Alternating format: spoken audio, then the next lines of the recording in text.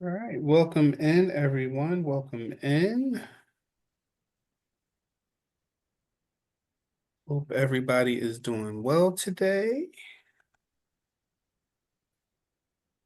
Let me change a couple of settings here so that everybody can add their name and information into the chat. We will be getting started shortly. We wanted to open it up so that everybody could start to come in. Expecting quite a few of you today. So also always love to hear who you are, where you are from. So thank you for putting those things into the chat. I always wonder when I see people signing in because they just come flood. Can everybody hear me? Yes, ma'am. Yes. But they just come flooding in so fast. I always wonder, like, if I miss one, and do I know some of you, or are you guys going to Snapchat me, or because that's what I would do if I was on one and I knew the person unexpectedly. Yeah, that's it. That's always the interesting thing, like, because been doing these webinars now for 5 years.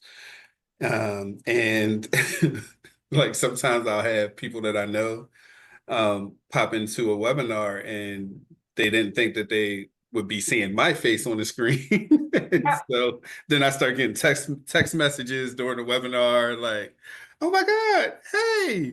Yep. Start sending it to their Snapchat stories and yeah. Yeah, it's always fun. Always fun. Yeah, and we're happy to have Chelsea and Erica back again from VIP. They did a few webinars for us last year that were very, very good. So we are welcoming them back this year to do some webinars for us. And we hope that you all will like them and appreciate the information that's being shared. So I know I am happy for one that the weather seems to be starting to warm up. Oh, I heard birds singing this morning. That felt magical. It's a beautiful thing, isn't it? Mm-hmm. I said I was ending a meeting last Friday.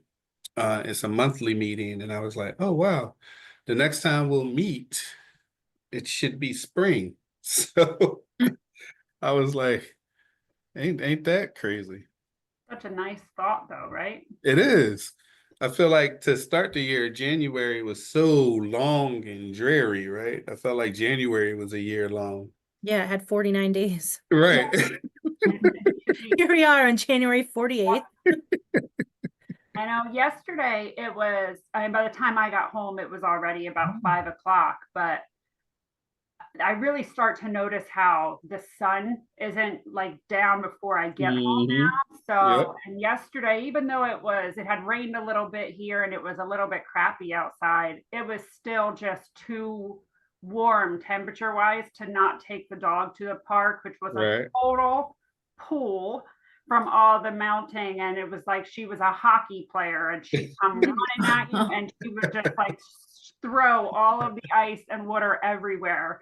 And it was too warm to not do it. So I had 3 pair of pants on and we just kept trucking along there. There we go. There we go. That's awesome. Welcome everybody coming in. We will be getting started in a few minutes. I just want to give people some time to get in. Yeah, the warm temperatures are welcome for sure. I'm tired of the snow. My driveway is like really long and steep. So shoveling that isn't fun at all. Yeah, I don't know how it is or how it's been where you all are, but here, I mean, we've had snow this winter, but the past couple years we have had so much more ice and snow. And I mean, this year especially, at least through what, Chelsea, all of January, we had like 4 inches of ice just Yep. frozen everywhere. Yeah, it just kept coming. Yes. And it would sometimes start to melt, and then overnight we had single digit temperatures and it would all just freeze again. It was terrible trying to take the trash cans out and like crawling to get back to the house because you're going to fall. Yeah, right. Right. It's the inevitable. Yeah. Like my husband's favorite thing though, because he uses the camera at the door that can see the whole driveway, and he saves the clips and watches and laughs of us trying to like, okay, let's get in the house now.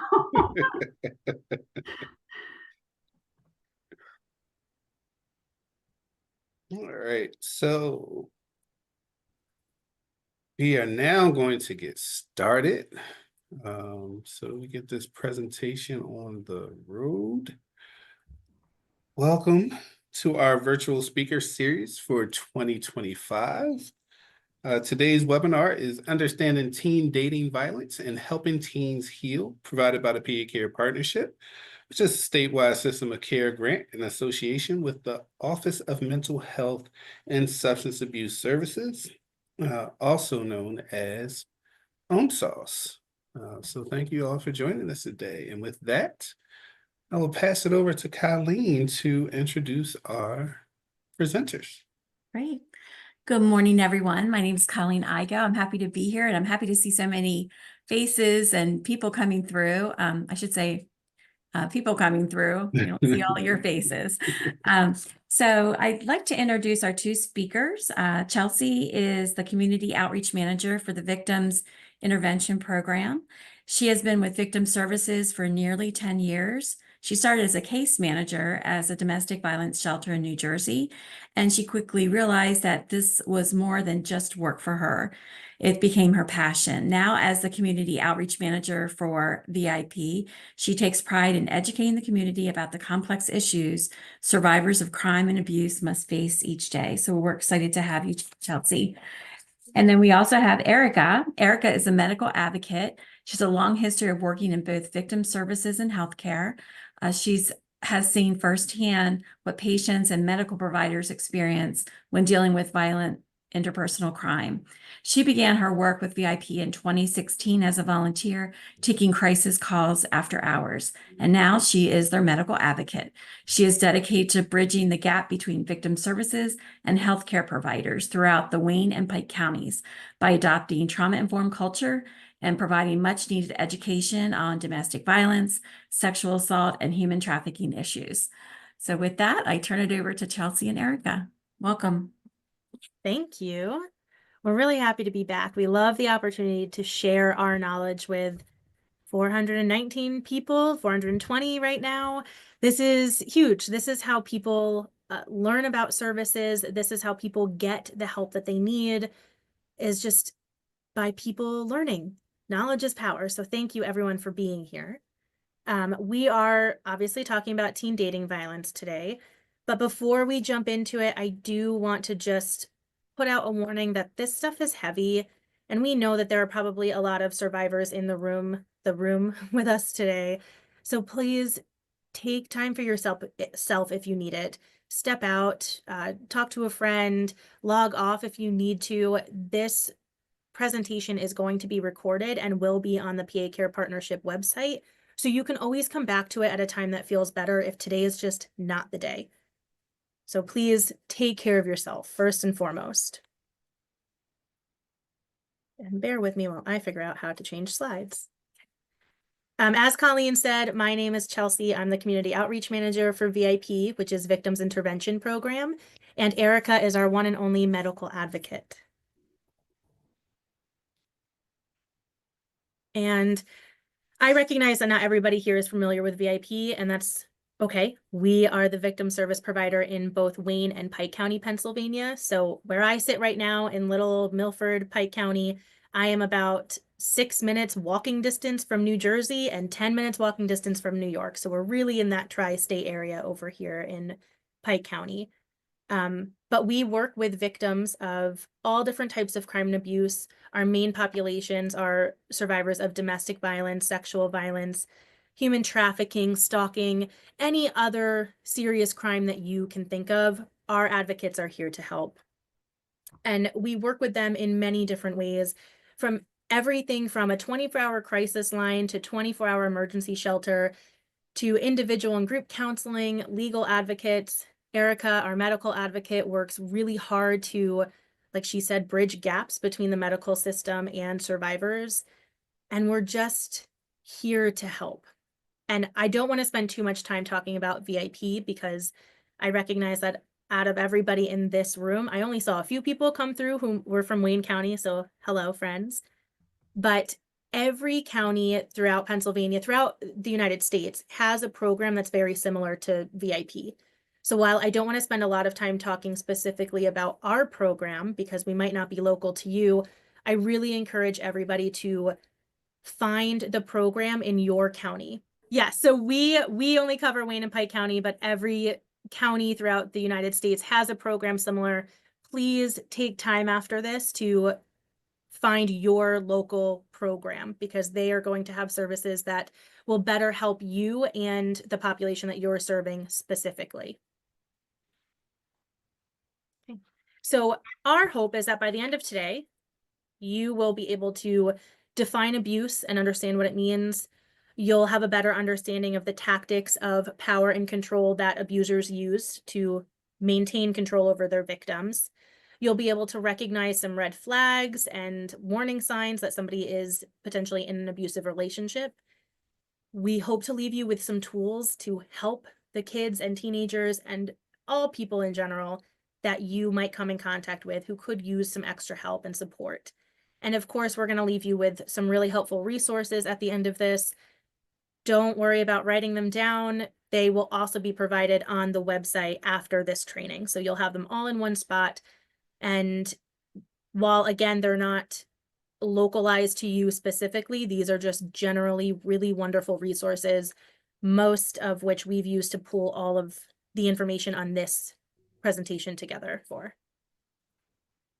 And with that, I'm going to let Erica lead us off into the nitty-gritty of it. Yes, real quick, if you have any direct questions or anything for us, please put them in the Q&A feature, only because the chat goes so fast, we're bound to miss something. But we have been asked about the crisis line being open to all in PA. The crisis line, sure, yes, short answer is yes and no. Anybody can call our crisis line. However, if they are outside of our area, or if they would obtain better services from, closer to where they are or whatever, then we would certainly help get them set up with that and give them that information. So first thing that we are going to talk about is how, the scope of this problem. So for any of you that don't know, February is actually a Teen Dating Violence Awareness Month. And why is this topic so important? Because the world is a scary place and a lot of our kids are really hurting.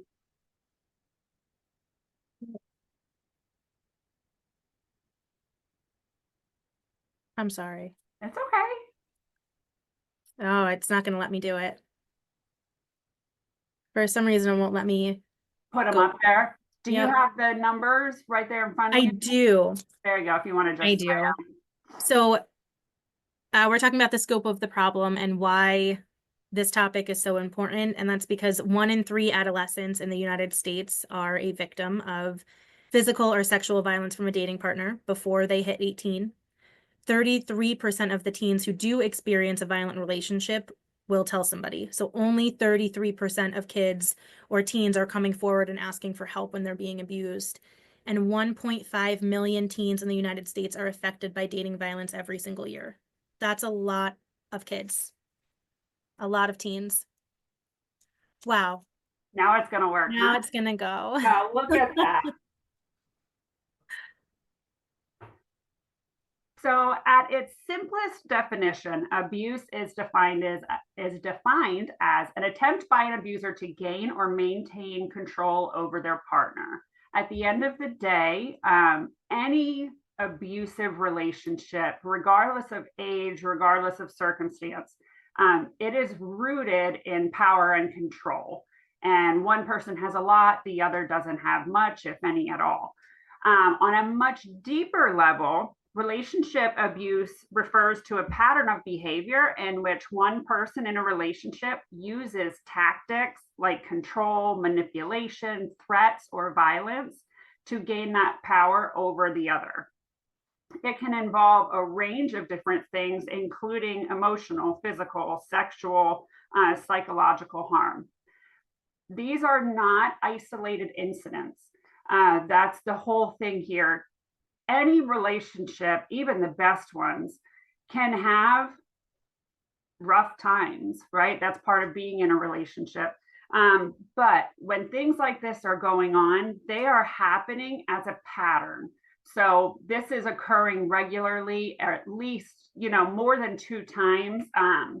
And in most circumstances, as the abuse goes on, it also escalates. Go ahead, Chelsea. All relationships fit on a spectrum, right? And more so, not even so much relationships, but you think about your friendships, you think about the relationships with your coworkers. All different sorts of relationships can fit on a spectrum. And oftentimes, unhealthy behaviors will lead into abusive ones if they are not stopped or put in check, so to speak. This visual does a really great job at showing us the differences between healthy, unhealthy, and straight up abusive behaviors. Again, keep in mind, this is a pattern. Any one of these things can occur in any relationship, but that does not make it abusive. Healthy relationships are rooted in that equality and respect. You can make decisions together. You have open, healthy communications. If you have your life together, but you also have your life separate. You may have your own friends or your own confidant, other people that you spend time with and talk to, and that's okay. You also define the roles of your relationship together. It's not one person saying, no, this is your job and this is my job. It really is, it's a partnership, right? Some days you're 50-50. You know what? The next day you might be 90-10. Maybe the following day you're 30-70. But it is that equal respect of one another and your time, your person, all of that. Unhealthy relationships, they are based on attempts to control the other partner. One person may try to make the majority of the decisions or pressure their partner about really anything, but especially things like sex, or refuse to see and really acknowledge how their actions and their words hurt. In an unhealthy relationship, a lot of times you feel as though your partner is really all that you have. They are the person you talk to. They are the person that you spend time with. And it's not always by choice.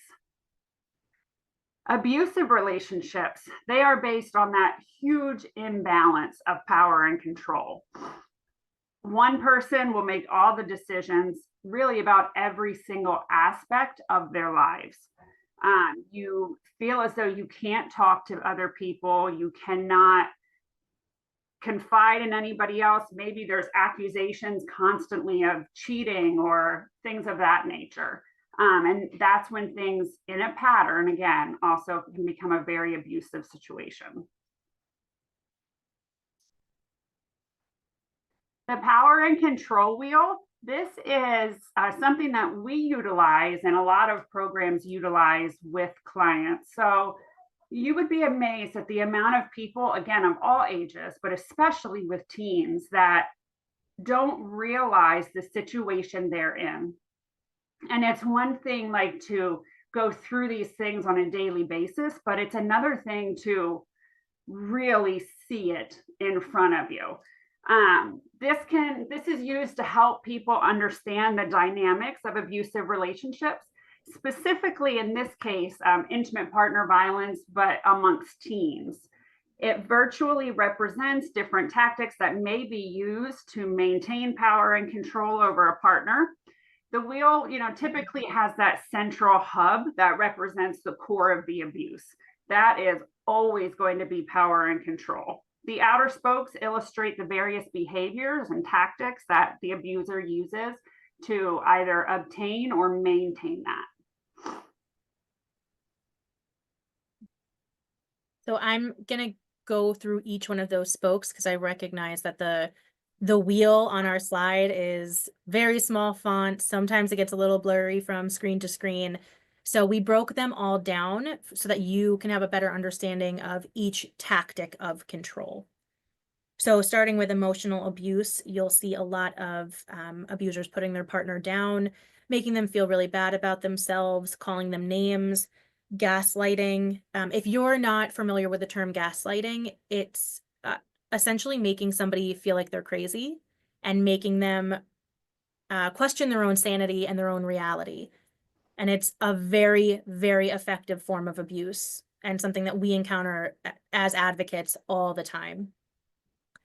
Humiliating their significant other, especially in front of others, and making them feel guilty about the abuse or making them feel like it's all of their fault. Using their social status. I mean, we're talking about teenagers, so their main sphere of influence are their friends, right? And social status is pretty meaningful when you're in adolescence and you're in high school and middle school trying to find your way. So an abuser treating their significant other like a servant or like somebody beneath them, making all of the decisions in the relationship or acting like they're the boss, they're the one in charge, or being the one to define the roles and the rules of the relationship and giving no power or no voice to their partner. Intimidation, using looks or gestures to make somebody feel afraid so they don't have to outwardly use their voice, but we all know sometimes when we were kids, our moms would give us that look that told us we were being too disruptive in church or we were walking on thin ice. And as a parent, that's a great way to get your kids back in, bring their behavior back to baseline. But as an abuser, it's a way to communicate with your partner that they're in trouble. And it's not as funny when it's coming from an abuser and it's the victim who's receiving it. Smashing and throwing things or destroying property. So again, not physically assaulting somebody, but making the environment around them extremely volatile and violent is a form of intimidation. Also abusing pets and displaying weapons, walking around with a knife or a gun just to show that I have it and you better watch how you speak to me, watch how you're walking, watch yourself. Minimizing, denying, or blaming abuse on the victim.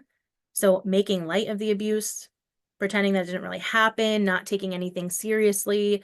Denying that it happened at all is a big one too. This kind of plays into gaslighting a little bit. She's frozen. Making somebody question, did that really happen or did I just make it up? But yeah, saying, if something really did happen, or just saying that it wasn't as severe as they're remembering, or, but did you forget that, it actually all started because you were the one who said da da da da da da da. And a big part of this that we also see is you think about the amount of times when you go home every day, you think about, where do you put your purse every day? Where do you hang your keys, right? Most people put these objects in the same exact place every single day. So when it's not there, you kind of start to go nuts, right? Because that's where you put it. My glasses are always on that table when I go to bed, right? And so you go and you're asking the people in your house, did you see him? Did you see him? Did you see him? No, no, no, no, no. And here your partner is saying, no, they didn't see them. But in reality, they did take them. And as you're going around nuts looking for them, they are either going to be the hero, right, and magically find them somewhere. or they're going to put them back where they should have been the whole time, making you question your everyday reality and your sanity. Thanks for jumping in. You're welcome. You were first. I feel like you're gonna have to do that a few more times throughout the day. That's okay. So it's shifting responsibility or saying that the victim brought the abuse onto themselves. This is the classic, if you didn't blank, then I wouldn't blank. So if you would just listen when I talk to you, I wouldn't have to scream in your face. Or if you would just give me the password to your phone, I wouldn't have to follow you around town to make sure that you're not cheating. And you see where there's a very fine line here, where as a teen, sometimes that stuff sounds reasonable. Well, yeah, I'm not hiding anything, so I should just give them unlimited access to my phone and my passwords and all of my accounts because I have nothing to hide, and I don't want them to think that I'm hiding anything. But in reality, that's a huge red flag. You should be allowed to have privacy and independence, and as teenagers, we don't always have a good concept of what that means yet. Making threats. So this can be anything from threatening to harm the victim themselves or threatening to hurt people they love or hurt their pets. We talked about that one before. We see that quite often as a domestic violence program are people looking for shelter but who don't want to leave their pets behind because their pets have been used as leverage or a tool of manipulation, and that's a really sad thing to see. And if there's any other pet parents on this call, you know you're going to do anything you can for those babies. Threatening to break up, again, might not make a lot of sense to us as adults, but as a teenager who is in the throes of puberty and their friend circle is the most important thing in their life, losing a relationship feels like a really huge deal. The abuser sometimes will threaten to harm themselves or threaten to die by suicide. That's a lot to have on your conscience as a 14-year-old, so that is a very effective form of abuse. Or threatening to call the police or file charges. We see this a lot too when the aggressor is a woman and the victim is a male, because I'm going to call the police, and who are they going to believe when they show up? Me or you? I'm a little girl here and you're not. Sexual abuse, manipulating or making threats to get sex, making somebody feel afraid to say no. And we like to remind people that the absence of a no is not a yes. And if somebody is too afraid to say no, that is also not a yes, right? Reproductive coercion. We have two different ways to explain this one. It could be purposely getting somebody pregnant, or on the flip side, purposely preventing somebody to get pregnant when pregnancy is the goal, or stealthing, which I'm sure not many people are familiar with this term, but stealthing is another form of reproductive coercion where either mid-act or without the other person knowing, somebody will remove a condom, and now what was consensual protected sex has now become unprotected sex, which the other party did not consent to. So it's a form of rape. And it can also be people poking holes in condoms too, and that leads into purposely getting somebody pregnant without their consent or knowledge. Getting people intoxicated in order to take advantage of them or have sex with them, or sharing nude pictures without their consent. Goes without saying that any teenagers sharing nude pictures, it is legally considered pornography, and we really discourage people from doing it, or at least doing it without knowing the potential consequences. But either way, sharing something that was sent to you privately and then sharing that with other people, huge no-no, huge form of abuse. Isolation and exclusion, controlling what their victim does, who they talk to, who they see and hang out with, what they read and watch, really just isolating them into this little bubble of only what the abuser allows. And then using jealousy to justify their actions and controlling their partner's social media. Again, who they're friends with, who they're talking to, what they're allowed to post. We see a lot of, we have a child counseling team, and they put out a survey maybe last year or the year before, I can't remember. And they were asking children, I shouldn't say children, they were asking teenagers and young adults, because it was in a high school, to rate things as healthy or unhealthy. And one of the questions was, your partner demands to have access to all of your social media accounts. And we were really shocked to learn that almost 80% of the students felt that that was healthy and normal in a relationship. And it took a lot of back and forth with that student body to help them understand that it's not. You are allowed to have your own private accounts because you are your own private person, and you might have a significant other and a partner, but it doesn't mean that they are automatically granted access to everything about you. And finally, peer pressure. Again, we're talking about teenagers. They love their friends. They sometimes love them more than their family, it feels like. So when you are threatening to hurt their reputation, it can have a very heavy hold over a victim. Threatening to expose secrets that they've told you in confidence, or spreading rumors about them through school, or again, threatening to share pictures that were sent in confidence. So these are definitely big strings that they hold over somebody.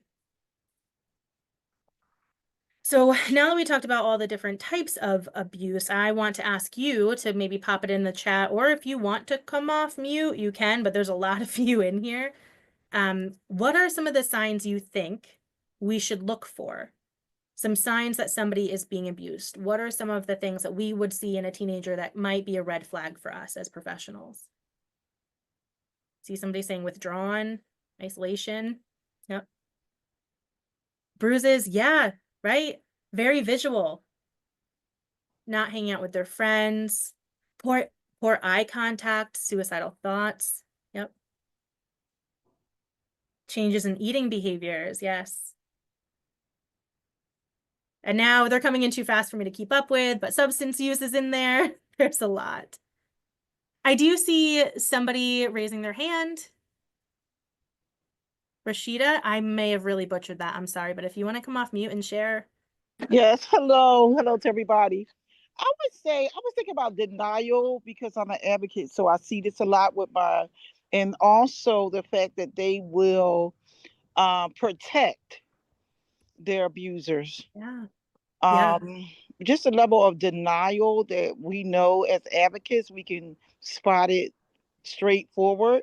Because I had a young lady told me, well, he said he apologized, so it's okay. And she was only 15 years old. You know what I'm saying? Yeah. So I would say that was one of the things that stuck out to me. I'm learning as I go, you know what I mean? But realizing that people, have to come to the end of whatever they have to really be able to identify it as abuse, even to get the help, especially if they have experienced it in the house. Yeah. No, that's true. It is. And it's something, this is why we oftentimes will pull out that power and control wheel when we have clients in front of us who aren't necessarily seeing the abuse the way we are. And we ask them to read through it and tell us, has this happened to you? Does this feel familiar? Have you ever experienced this? And the more they go through that wheel and the more they highlight things that have happened to them, the more they start to recognize that, oh, maybe this relationship isn't as healthy as I thought it was. So that's a really good point. I'm going to turn it back over to Erica. We're going to talk about, there are a lot of signs. We're not going to be able to cover all of them. You guys have already put in some really great ones in the chat. But she is going to talk to us about the different red flags and signs of abuse that we might see. Thank you, Chelsea. And one of the things that I want to just stress here is I know that we've talked about, really all different sorts of things can occur on any given day. And although abuse is a pattern, all of the things that we have had in the chat and that we're going to be mentioning, yes, very much could be signs of abuse. Very much could not be as well. Unfortunately, we can't ever take there's never a guarantee, right? The situation, everything is so individualized. And that's just something that really does need to be pointed out, because otherwise you could spend your entire day pointing out every single person and thinking that they are a survivor or victim of abuse. The other part of this is I have a teenage son. I have a preteen daughter. Life is hard, right? Some of these things is just normal teenage angst, to put it nicely, normal teenage drama. So again, it's these things coupled with the situation themselves, the personalities, things like that nature. So different types of things that we might be seeing.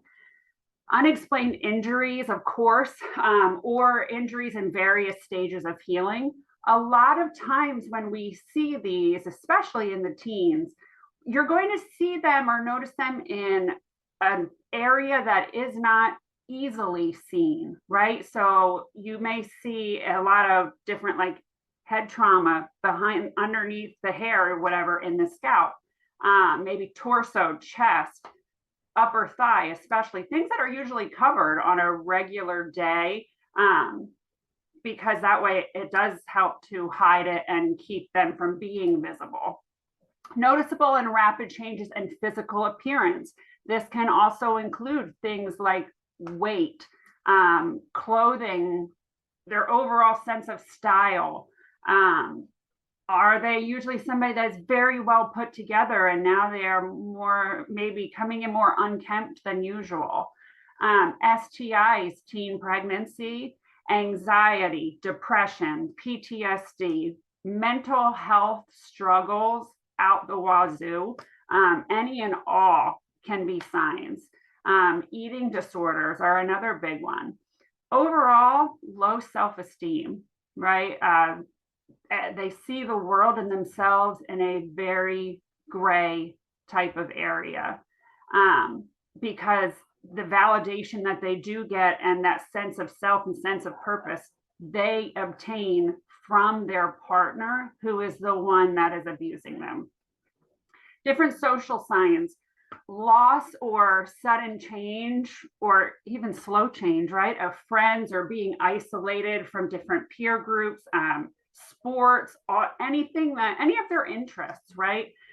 Little social connections aside from their partner. I know I saw someone in the chat put in like that ever present partner, right, where it doesn't matter what's going on or where they're at, I guarantee you that partner is going to be within an earshot of that person at all times, right? Making excuses for partners' inappropriate behavior. Why? Because abusers push that blame onto that victim tenfold, right? They truly, truly believe that they are the cause of this.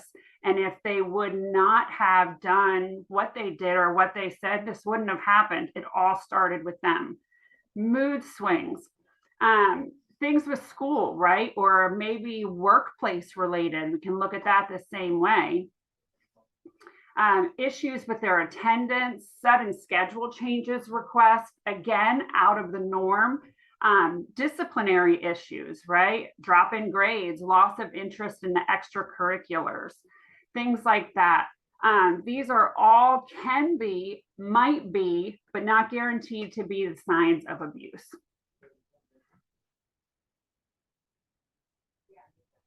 What can we do to help, right? And this particular thing is the exact same whether that victim is 10 years old, 20 years old, or 55 years old, right?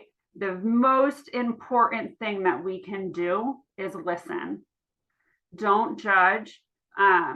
Do not, something that always comes to mind is a lot of times people will present as angry, right? Or that anger.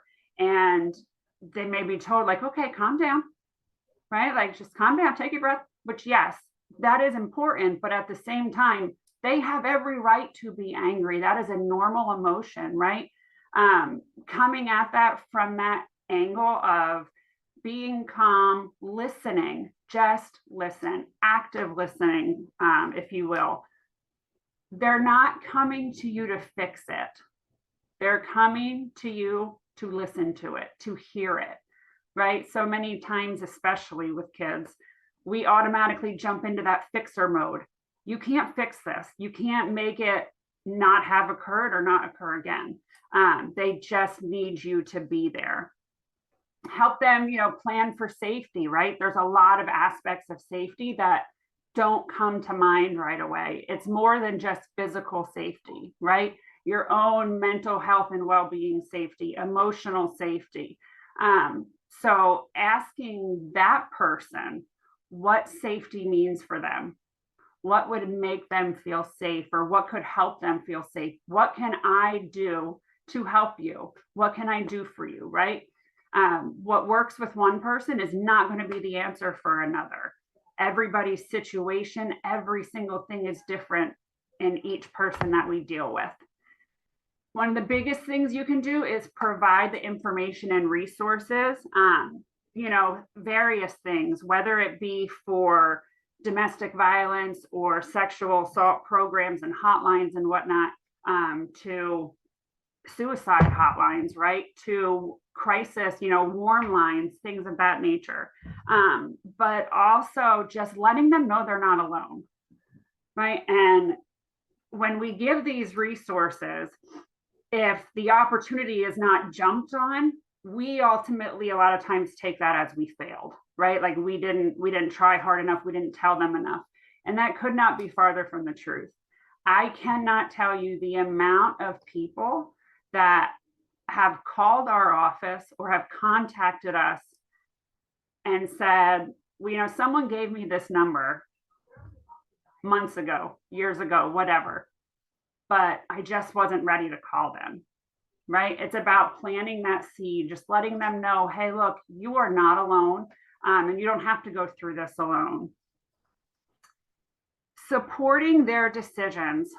I also cannot stress this enough, right? Because you're not always going to agree with their choices. You're not always going to agree if they go back, right? But you have to support their choices.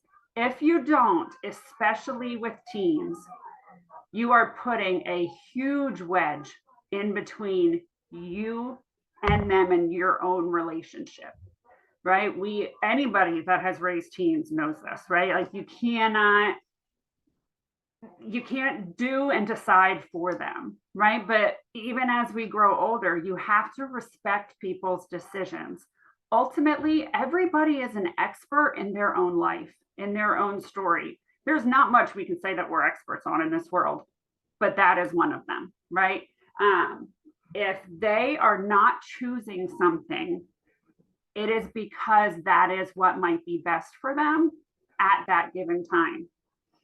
Could they choose wrong? 100%, we're human, but we have to allow that to happen. There comes a time when us as the helper, sometimes we have to say, okay, look, for my own mental health, I need to step back, right? I love you, I support you, but I can't stand by and watch this happen anymore. And that's okay. It sucks, it's hard, it's heartbreaking, but that's okay too.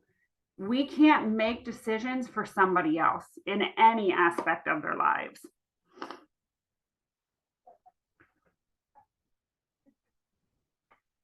Safety planning. And this is one of the things that will also be shared within the resources, right? As I said before, what does safety mean? Right? Safety for me is something totally different than safety for Jim Bob and Joe Brown, right? Everybody has a different view of what this is. But at the baseline, it's a very personalized and practical strategies that are designed to help teens lower the risk of being harmed in an abusive relationship. There are 3 factors that should always go into every single safety plan: personal, practical, and flexible, right? Life is continuously moving, things change. As Ferris Bueller said, if you don't change along with it, you're going to be stuck, right? So you can't set these things in stone. Personal, recognizing this is an individualized process. Everybody is different. What works for one will not work for another. The practicality of it. We can't expect to keep our children safe by telling them to never go to school again or switching schools. It's not always that easy, right? We can't expect to put specific demands and whatnot on them that are just out of their reach. It's not feasible, right? For example, if their phone is being tracked, texting a friend for help on the down low may not be the best plan. Flexibility. You have to be able to, deal with the ebbs and flows. Things change, and especially when it comes to abusive relationships, when somebody is starting to pull away, that is often their most vulnerable time in that relationship. The person that wants that power and control feels and recognizes that they're losing it. They will oftentimes grasp for different things to help obtain that and to help keep that person under their thumb, right? Hence the reason things usually will escalate. So understanding that flexibility, it has to be there. What wasn't a concern yesterday very well may be the next day. And safety plans, they're not just about physical safety, right? That's why we say find out what safety means to them and go from there. Some of the different adjustments that may be needed. So these are just some common ones that we see. By no means are they all inclusive. At school, right? Identifying people that they feel safe with, identifying people that they feel as though they can talk to, maybe a specific classroom or guidance counselor or somewhere, right? So that should the situation arise, they know they can get in there and they're going to be okay, right? Knowing the safest routes, communicating, communication strategies. This is something that even as adults, for the most part, a lot of us are not very good at doing, right? Really taking the time to not only learn about effective communication, but to recognize what's our communication style, right? What's the other person's communication style? If you don't know, you might as well be speaking French and German to each other, right? You have to be able to learn the different types of communication that work. Schedule changes, notifying the school of any legal actions. This one is important, right? And depending on the situation, even if there's not full legal action taken, right? A lot of times the school, they may be able to adjust that schedule so that you're in a totally separate lunch period. There are times that we have seen where a school has been able to ideally set up or change a schedule so that they're not even on the same side of the building, right? Is it perfect? No, like it happens, right? There's nothing you can do about that, but just trying to make those necessary adjustments, control what you can, live with what you can't, right? At home, again, identifying those safe rooms. I can tell you right off the bat, kitchens, garages, bathrooms, no go, right? A lot of times these areas typically will have maybe one way in, one way out. You think about a bathroom, there's usually not more than one door. Also, kitchens, garages, how many weapons are in that place? That's often true with bedrooms too. A lot of times there's just that one way in, one way out, right? Knowing where your exits are at all times, your windows even, right? I'm amazed. Sometimes you have those moments of like, I'm an epic failure as a parent when I realize that my son doesn't know how to open up a flipping window, right? Like, how does this happen? How did you even live this long? I don't know. So knowing those little things like that and making sure that they know them, knowing who has access to the house and how they have access to that house. Do we need different locks? Do we need a camera over our door? Something of the sort, just for that added safety at home. Knowing the nearby neighbors and buildings. Here in our little area of Podunk, Pennsylvania, sometimes you are a mile away from any sort of civilization. Landlines, they don't exist everywhere anymore, right? Keeping your phone charged, but knowing if worse comes to worse, right? Where can I go? Where can I go where I'm not by myself and I know I can be safe? Online accounts. This is the bane of my existence, people. When you really think about the internet and online, it is the scariest thing in the world. The amount of access that it gives everybody to your life, to intimate details of your life, the amount of damage that it can do is overwhelming. It is normal practice nowadays, as Chelsea was saying, especially in teens, for them to have each other's passwords across the board, right? I have nothing to hide from my husband. You're not checking my email, right? You're not going on my social media. I'm happy to show you something, but we're going to have an issue, just the fact that we're having to have this discussion right now.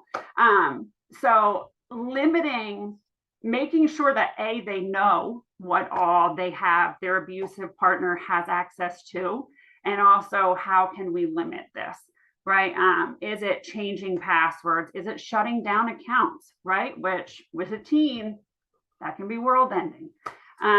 But also making sure that they're aware. Every picture you take, every post that you put, it is letting your location be known. It is showing it, is it being tagged? What are your privacy settings? How do you change your privacy settings? And what's even scarier about this whole thing is that usually your teens know more about this stuff that even you do. And yet you still have to tell them to do it, right? When something does happen, or if something does happen, screenshot it. But on the other hand, we have apps and programs now that anytime you save a piece of a conversation, screenshot a piece of a conversation, it lets the other person know. Snapchat is great. It is also the #1 problem in our world most days. You can't do anything without that other person knowing, right? Including the maps, and it's scary. It really is. Being careful, being mindful of what you post, really talking with that person and letting them understand that anything you post is forever. I don't care where you take it down. I don't care what privacy setting you had. It's forever. You can't take it back. And it's more than just about abusive relationships. People lose jobs. Life has been totally turned on its head because of things like this. The one other thing that we really wanted to talk about was when it comes to online, there are so many apps nowadays that do things that I don't even know, right? We have so many people that, we see that unbeknownst to them, they have like a spyware app on their phone. So it's more than just that digital footprint, digital tracking. It's every text message, every Snapchat that comes through to my phone also comes through to my partner's phone without me even knowing. And I know my phone in particular, every time it has to do a software update, I might get anywhere from 4 to 6 new apps that automatically download that I have to go through and delete. But eventually, like recently, I don't feel like doing it. So now I have 3 pages of apps that I don't even know what all is there, right? It is a scary world. And the same apps and products that were originally developed to help keep us or our children, the people that we love, safe, that is ultimately what's being used with malintent. it's scary, right? I think it's also time that we recognize, although we tell teens, no nudes, this and that, you need to accept it's going to happen, right? It's just the way it is, right? Keeping those lines of communication open, letting them know that no, you're not approving of it, but okay, it happened. What do we do now? Right? In the pictures, any pictures, think about your surroundings, what's being shown behind it, next to you. Again, just giving off those clues as to who you're with, what you're doing. And I'm telling you, like, as a parent, these are things that I never thought that I would have to worry about, I guess, because these different products were developed to help me, right? It just never crossed my mind of how detrimental they can be. Lastly, out with friends. I can't stress to you guys enough about how when you do have a teenager that's in a precarious situation, they don't let them be alone. I know we have to respect decisions, and it's hard. There's a fine line there, right? But ultimately, being alone makes it that much more difficult to protect you, to plan for things. Even as we get up into like college ages, and again, you're going to be going out to the bar, whatever, with friends. Have a word like that everybody agrees on, right? Have a gesture, have something so that the people you're with know, yeah, you need to go in there and interrupt. Like they're just not feeling this. This is bad. They're getting a creepy feeling, something, right?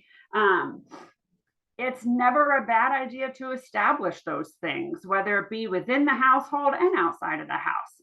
Making sure that where you are meeting with your friends is a safe, neutral environment.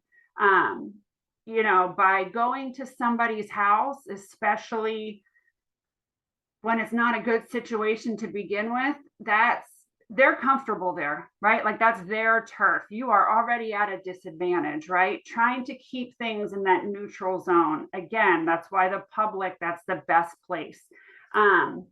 Making sure, again, you had that safe exit plan, right? Know your doors, know your windows, know how to get out of the room.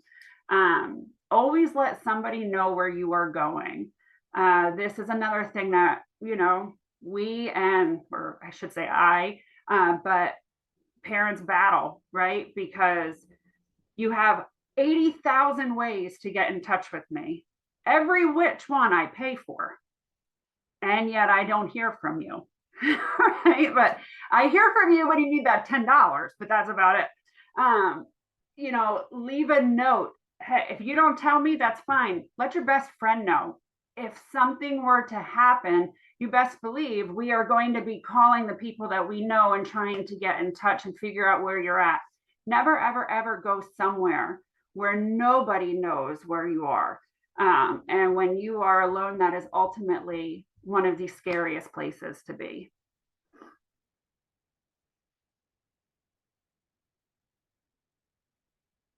How can we prevent abuse? So this, again, we're going to go ahead and just open it up to the chat real quick. We'll be going through this a little bit too, but what can we do to stop it before it starts?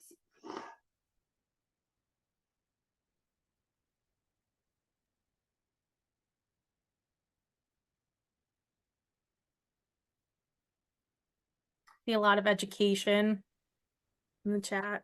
Yeah, that's what I was just looking at, was this, and this is such a good point, right? That even though in a relationship, again, of any age, right, you have those defined areas. You have the person who abuses and the person who's being abused, right? Neither one of them don't need help, right? Especially when it comes to children, that's even more so, right? A lot of times for the victims, and there is a strong love there. It's a sick love, but there's a strong love there. And when you are 15, 16, 17 years old, you're going to get married, you're going to have a baby, and everything is going to be great. And boy, are you ever wrong. But if I tell you that, that's a big problem, right? So it's so hard to walk that line, but we do always spend a lot of time talking about the survivors, the victims.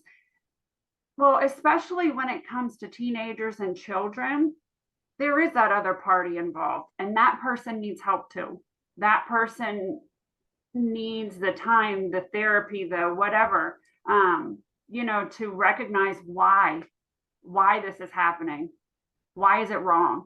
And that's an excellent point that we do often, not even talk about.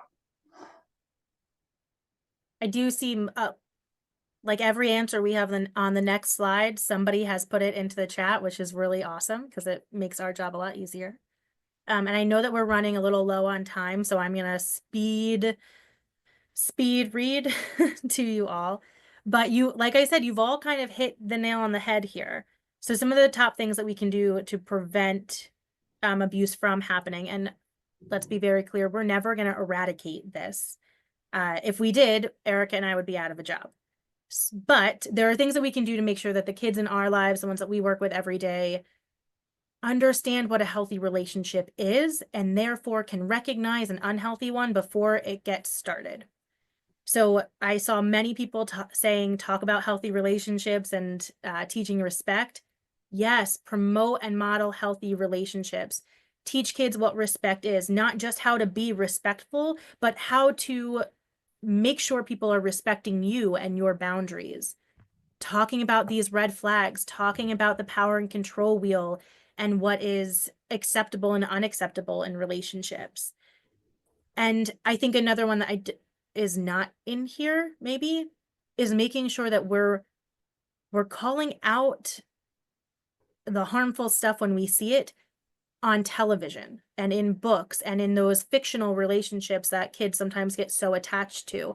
I know growing up, one of the biggest shows on TV was Pretty Little Liars, and I was obsessed with one of the relationships in that show, which was between a teacher and a student. And it was romanticized, and they were the power couple, and that's what everybody rooted for. And it wasn't until I was an adult that I was like, ooh, statutory rape. That's not good. So making sure that they understand that not everything they're seeing is healthy. Not everything that's romanticized or talked up on TV or in fictional relationships is actually what we want in a relationship. I saw a lot of people talking about building up self-esteem. Absolutely. We want our children and teens and everybody to have great self-esteem and a sense of self-worth, because it's going to be harder to break us down when we have those things already.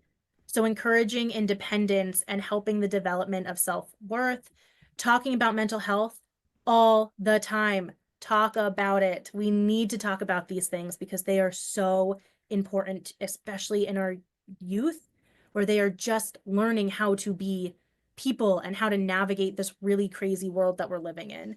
And encouraging the pursuit of hobbies and passions, things that bring light to their life. Help them make it bigger. You love to read? Great. Let's do an internship at the library. You love reading? Let's go to this book fair. Let's set a book goal record. How can you bring more people into this hobby of yours? Just talk about it. Make them feel that you're excited about what they're excited about. I saw a lot of people talking about consent, and I love talking about consent because how can you not? Remembering that consent is clear, voluntary, specific, reversible, and ongoing. And I know that feels like a lot to remember, but we're talking about somebody's bodily autonomy. And if you can't remember these 5 words, then you shouldn't be having sex, period. And just making sure that we don't talk about just how to ask for consent, but giving our kids the tools to say no and make sure that somebody respects their no matter what. And oh gosh, explaining the concept of digital consent. We're in the digital world. Our kids are living a personal life, like an in-person life, and a virtual life. So you need consent in both of those lives too. you need consent to post a picture with somebody in it. Something that I know our VIP team does not do good about when we are posting pictures to our VIP page, because not everybody gets to look at the picture and give consent about, yeah, I look great in that. We would never There's a post any difference between pictures. consent and wanting to make sure that we have the nicest smile, though. Do you feel like I'm calling you out, Erica? But one But of the things with this, you know, a lot of time when we talk about consent, we're so many people immediately take it to, especially in the physical consent, right, with males. We're not just talking to males. You know, females need to be informed about how to obtain consent just as much as the males do. I did see somebody in the chat a while back talk about how they've noticed that male victims aren't coming forward, and maybe because society tells them that they should be able to handle it themselves. Spot on, whoever said that. In fact, Erica has been working her tail off on an entire training to bring out to the public about male victimizations and how we can specifically work with that population, because they're out there. And if we don't know how to talk to them in a way that feels comfortable for them and for us, we're not going to get anywhere. So stay tuned for more from Erica. And the last thing we can do is encourage emotional intelligence, helping our kids understand how to resolve conflicts in a peaceful way, maybe resolve conflicts without being confrontational, which sometimes is hard, especially as a teenager, but it's vital as an adult. Helping them identify emotions and learn how to safely express those emotions. Erica talked earlier about anger being one of the things that is the easiest to express and usually is considered a bad emotion. But you have a right to feel it when your life has been violated in some way. Let's help you show it in a healthier way, because anger is a healthy emotion. All emotions are healthy emotions. It's the way we present them that makes them unhealthy or healthy. And just helping kids understand empathy, how to feel empathetic for somebody else, how to understand what somebody else might be going through and the impact it has on their lives and the impact it has on their behavior. Empathy can't be downplayed enough. So please be empathetic humans and teach other little humans how to be empathetic themselves. So I know we're a few minutes over when it comes to our presentation portion, and we're going to jump into the Q&A in just a second. But I did want to highlight some of the resources that Erica and I and our whole team utilize very often when we're talking about teen dating violence or working with kids in any aspect. We have PCADV, which is the Pennsylvania Coalition Against Domestic Violence. They're one of our big funders, and we love them, and they are full of information. Break the Cycle is specifically geared towards teenagers, and so is Futures Without Violence and Love is Respect. And Safe to Say. Safe to Say PA is a nationwide program that you might recognize if you work in a school. It's an anonymous tip line that kids can share tips when they think there's somebody who might be a danger to themselves or others. And PCAR is the Pennsylvania Coalition to Advance Respect, which was formerly the PA Coalition Against Rape. They just changed their name to be a little more inclusive. And again, they are one of our big funders. So we have these in a nice list for you. They will be with the recording of this webinar on the PA Care Partnerships website. All right. We had some really good questions in the Q&A. I don't know if we have any in there right now. But if you have any questions, now is the time to type them in the Q&A. If you type them in the chat, we might not be able to see them because that does go pretty quickly sometimes. But we're here to answer any questions. If there's something maybe we missed or you'd like to know more about, we're all ears.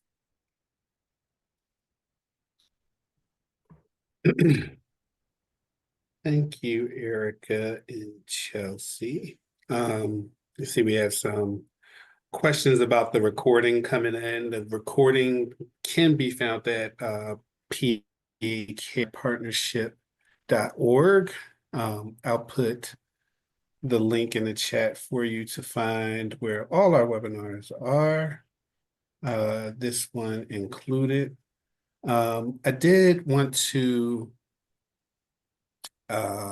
ask a question, but I see that Naima has raised their hand, and I want to give them an opportunity to ask the question that they would like to ask. So Love when people raise their hand and actually talk to us. It's so exciting. yeah, right. So we are going to. Oh, never mind. It was by mistake. No, it's by I mistake. just read Okay. that too. Yeah, Dang. and let me down.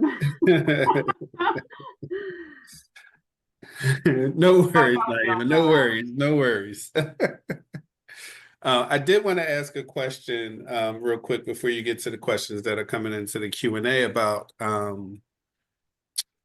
location sharing, which is something that I think, especially for our younger people, has kind of become normalized in their relationships. I know that I had this conversation with my nephew a number of times about why would you need to share your your location with someone constantly. Like I understand it for the pros of it. Like if you're going somewhere and you're looking to let someone know where you're going, it's like you said, nobody should never know. There should be never be a point where nobody knows where you are, right? So if you're sharing your location with a close friend for a period of time because you're going out on a date with somebody and you're not quite sure about the person and all of those things. But what about like when your significant other has that information all the time? Like that to me is sort of always like a red flag.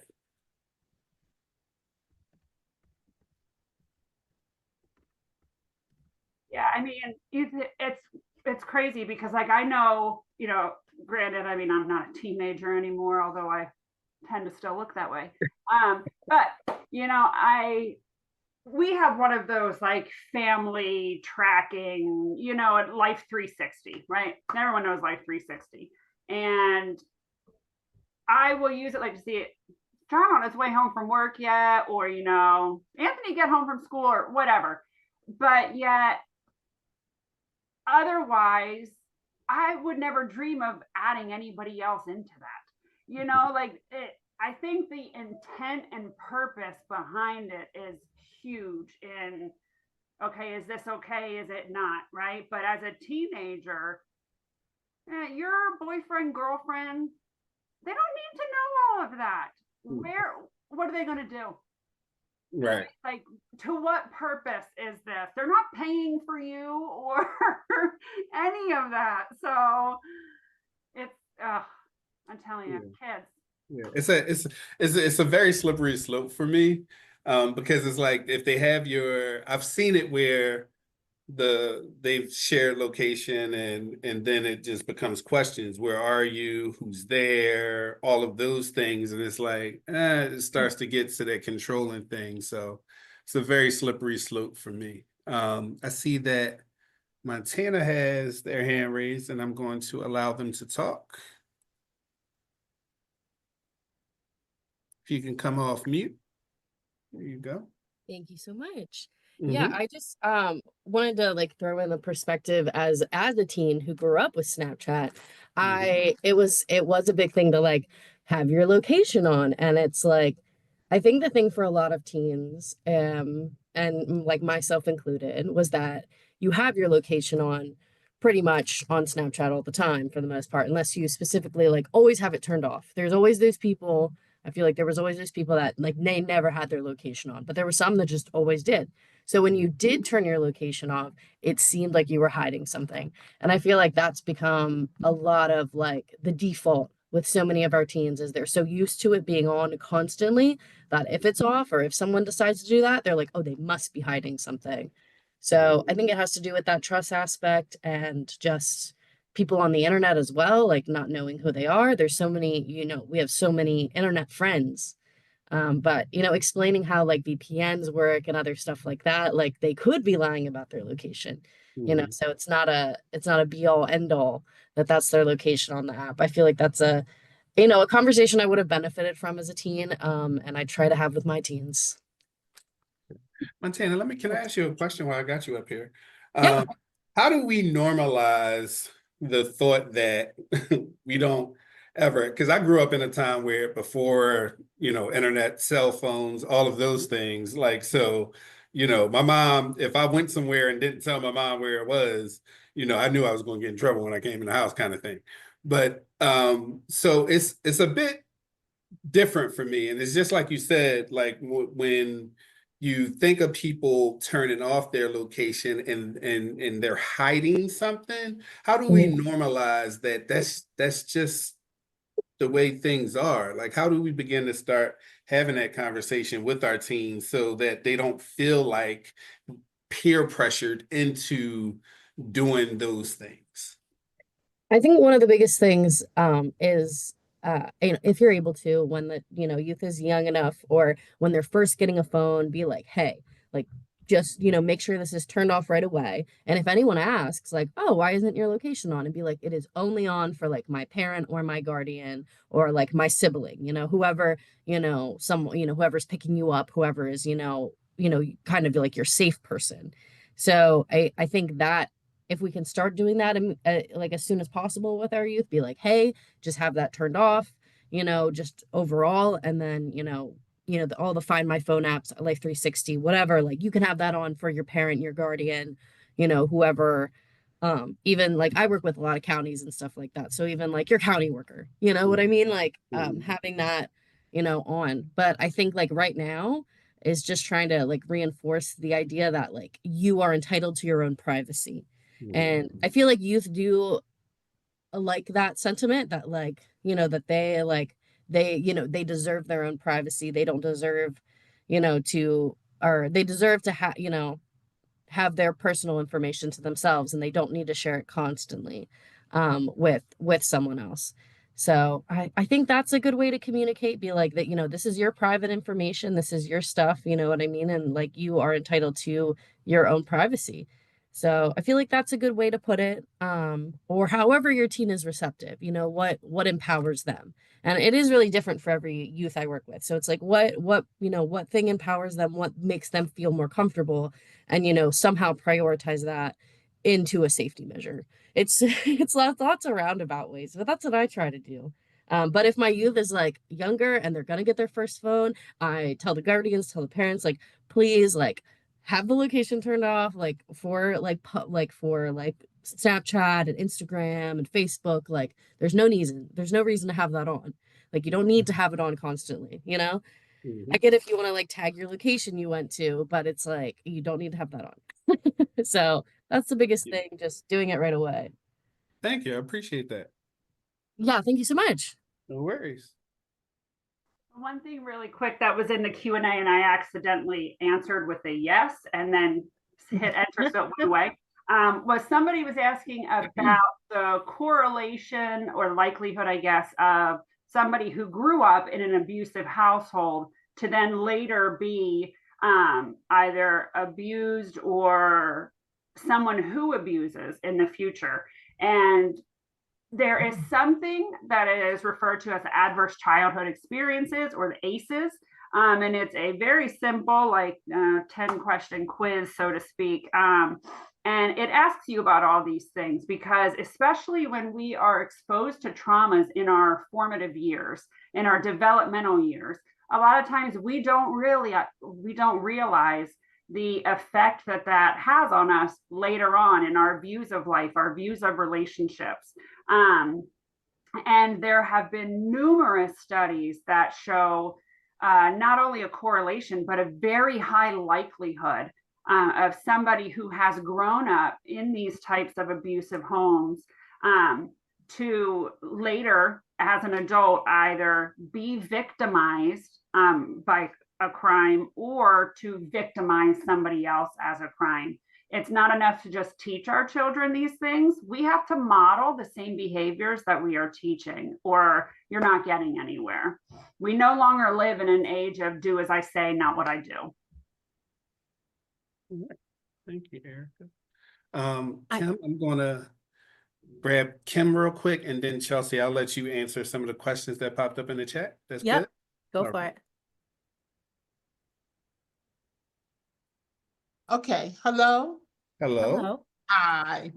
So, listening intently, this is so amazing that it came up in my email, because just this past Saturday, we had this at our church about for our teens. We had a program just for the teens. We wouldn't let the parents come because we wanted to talk to them about teen dating and how to do that in a safe way. Because sometimes parents don't think that their teens are dating, but they're dating in school, they're dating. Yep. But the other thing that I found very interesting, I have a 27-year-old who went through a lot of stuff as a teenager. And the one thing that I think I would do differently is really reaching for other young people to talk about the very things that she needed to hear. Because for some reason, there's a group of young people, I don't know about your young person, but my young people, seem to think that you're old, you don't know, you have no clue about what they're experiencing. You have no clue about what's going on. And, Because when we grew up, everything was in black and white. yeah, And we still drove Conestoga wagons. Yeah. yeah. And so they also think that, if you take their phone, I remember when she was a teenager, I took her phone. I could not believe the fallout from me taking this girl's phone from her. And so I think that one of the things that we have to do as parents is start early. One of the things that we can encourage parents to do is start early, like very early, in putting those things in them that could come up, in their teenage years. When they start, school, that is the time to, that year before, you have to teach your children early about spaces and boundaries and all of that stuff. And I think that if we start early enough to teach those things to the children, then they will be better scholars, they will be better friends, and they will be better mates. Thank you, Kim. Thank you. Yes, absolutely. There are, and Kim, to your point, there are programs specifically developed to bring to children as early as 5 years old, and they're considered sexual violence prevention programs. And I think that sometimes really scares people, but they don't talk about sex in those programs. They talk about boundaries. In whatever way, a 5-year-old is going to understand that. So they read a book where an alligator couldn't keep his hands to himself and kept like touching people's faces and stuff. So they put a pool tube around him to teach him about boundaries. Those are the really simplistic things that we need to start teaching early, because yes, we're talking about it in a silly way at 5, but when that kid becomes 15, they already have a concept of what a boundary is and how to respect other people's boundaries and make sure that theirs are respected. So those programs exist. I think sometimes it's just really hard for people to accept them because they're labeled as like sexual violence prevention programs, and we don't like to hear the word sex with children. And that is, I get it. It's a really scary thing to talk about, but it's also extremely important to talk about with our kids as early as 5 years old. So that was a great question, great point to bring up. There are 2 questions in the chat that are kind of similar. They're asking if we're going to be providing contacts for all of the other counties in Pennsylvania. We will, if you go to the Pennsylvania Coalition Against Domestic Violence, their website is listed on our resources. They have a list of all domestic violence programs throughout Pennsylvania. So it's a really easy way to go to their website. I'm pretty sure they have a button that says find your county center or something along those lines, and you'll be able to just type in your county and find the people that are close to you. And most of them offer really similar services to ours. So they might have a program that's similar to this to bring specifically to your staff or to bring into your school, to bring into your teachers, whatever capacity you're joining us in. They might have something that can be really specific to you and your group. And the only other question left in our Q&A right now is thoughts on consent from your child to track their phone. And honestly, that is a personal one. So if Good you luck. good luck getting consent from your Good child. luck. I think it's important to have I'm talking as a mom of a 3-year-old, so I might not have as much experience as Erica, but I imagine having the conversation of why I'm going to track your location as your parent is important. It's up to you on if you decide I'm going to or I'm going to wait until they let me. I don't know, Erica, you might have I don't know. years Wing it. more. I just wing it every day. I am winging it. I mean, I think it's to be honest with you, I don't agree with it. I think that even as children, again, if you're trying to teach them about, the importance of maintaining your own privacy, whatever, and yet you're not giving them any, I'm all for, look, I trust you until I have a reason not to type thing. But every parent or every person, most certainly you have times where that is breached, right? And then what do you do? And I think that's a personal conversation you have to have with yourself, your partner, and ultimately your child, right? Me personally, I just take the whole dang phone. I pay for that phone. I'm not putting apps and everything. That's more stuff I got to do for myself. And to be honest, I don't know how to use it. So no, I'll just take the whole phone. But I don't think there is a right or wrong answer there. It's a personal decision. We got a couple of hands raised. I'm going to grab Jada real quick. Hello. So I just wanted to put my input in sharing your location with parents or whoever is your guardian at the time. So I'm speaking from a 25-year-old who I still share my location with my sister and my mom. And I think it's a conversation that you kind of have to have in terms of safety. I've shared my location with my mom when I started going to college, and that was because I was out of state. And we kind of just had that conversation of, if anything were to happen, I just want to make sure that if you were not available to access your phone or to ask for help, that was the first thing that we were going to go to. I think when it goes into terms of now you have my location and it's just to look it up because you're bored, then it's a sense of invading my privacy. But it's also us having that common respect for each other, that is the common use that it's for, and not to abuse that power. Yeah, I mean, ultimately, the intent behind it, right? As a parent, like I said, I have Life 360, and you best believe both of my kids are on it, right? But even at that, I'm not using that to invade on them whatsoever. I'm using it just so that we as parents can know where everybody is at, and that's important for safety, so the intent behind it, I think, is huge. Also, cultural customs and stuff, you always have to take that stuff into consideration. So it really is, it's such a personal type of decision. Got time for one more hand. So I'm gonna grab Andy real quick. Hello, guys. Thank you.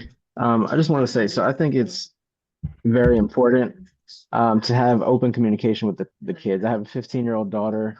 From elementary school, we were talking about relationships. We were talking about the phone when she would get one. I mean, there was kids in 3rd grade doing TikTok videos during recess. And so my kid was, I explained, instead of just shutting it down, explaining the reason that I don't think it's appropriate for her to have TikTok at 3 years old or a cell phone of her own. It wasn't until she started coming home and would be home for 2 hours before we got home from work that she got her own cell phone for safety reasons. We didn't have a landline and all of that. But then understanding social media, the access people have to you through social media and all of that. So going through middle school, she did not have social media because I didn't think it would be beneficial for her because she did have some bullying things going on. So I didn't want her to be dealing with bullying at school in addition to coming home and not being able to escape that. She understood that. So as of ninth grade, she was given the option to download social media and things like that. She chose not to have the other social medias, but did ask to have Snapchat because that's how most of her girlfriends communicate, through Snapchat instead of text. She has that. She was also, she's now in 10th grade and is okay with that and comes to me talking about different things. So an open relationship with your kids is huge in understanding, for them to understand consequences, expectations, dangers of their own decisions, and ramifications of their having their independence and their own choices. In addition to understanding that I bought your phone and I, one, am responsible for your safety. And so if you want me to pay for your cell phone, your location will be shared with me. In addition, I also share, my wife and I also share our location with our daughter. So if she has any questions, any whatever it is, it's mostly for safety reasons. But that's just the expectation outright that we have with our kid, and we'll have when my other daughter comes of age as well. So I think that's important for parents. I think all of this has to stem from the parents with giving expectations and understanding of what a healthy relationship is at home. I understand that that's not always the case, but that should always be the goal, to demonstrate what a healthy relationship should look like so that they understand I don't want the opposite of that when I'm on my own. I think that's really important and instilling the security in your child. Thank you for having this training, by the way. Thank you, Andy. Appreciate your input. Thank I you for think the other sharing. part real quick is, when it comes to the tracking too, is there's a huge difference between tracking your child's location and tracking their text messages, their all of their pictures, all their, there's, I mean, we could go on and on about just, look, there's no right or wrong way to parent. Mhm. And honestly, we all just wing it. So Yeah, toughest job in the world. Mm. for sure, for sure. Um, I know we're almost out. I have one No, question in the go chat that I just want to answer real quick, or I'm sorry, in the Q&A. And I meant to type the reply and then I hit answer live and I don't know how to go back. But Kim is asking if we have the list of programs for children for the sexual assault prevention programs. They are from PCAR, the Pennsylvania Coalition to Advance Respect, but they get it from, I think, Prevent Child Abuse Vermont, maybe. I don't know. What I'm saying is that the program has to come from a specific parent program. So you have to be trained in order to facilitate the program. So I know PCAR puts out trainings maybe once a year, every once in a while, where people can either get refreshers or they can become trainers for those. It's definitely worth reaching out to PCAR to see if you can get on their list so that they can maybe send you updates on when the next training is. But it is a really wonderful program. It's called the Healthy Relationships Project, and it's broken down into 3 different curriculums that cover ages, well, pre-K to I think 8th grade. And it's been a while since I took their training, so I might be messing that up, but I'm pretty sure it's pre-K through 8th grade, and it talks about everything in a very age-appropriate manner. And I don't even think it's until you hit 8th grade where they start talking about sex, and it's mainly about sexting and consent. But it's a really, really great program. I really love it. Well, thank you, Chelsea. Thank you, Erica, for again another really informative presentation. Looking at everybody's time, trying to be respectful of that. It's after 1:30, so want to just keep you all updated. If you are looking, we can watch your emails for our upcoming webinars. Our next webinar will be on March 12th, and it is titled The World of Not Good Enough, The Hustle for Love, Worth, Belonging, and Perfection. I believe Colleen has placed the registration link for that one in the chat. If you want to grab that, and hopefully we will see you then. And until then, thank you all for attending. Thank you again to Chelsea and Erica, and have a nice rest of your week, and we will see you next time. Have a good one, everyone. Thank you. Thank you.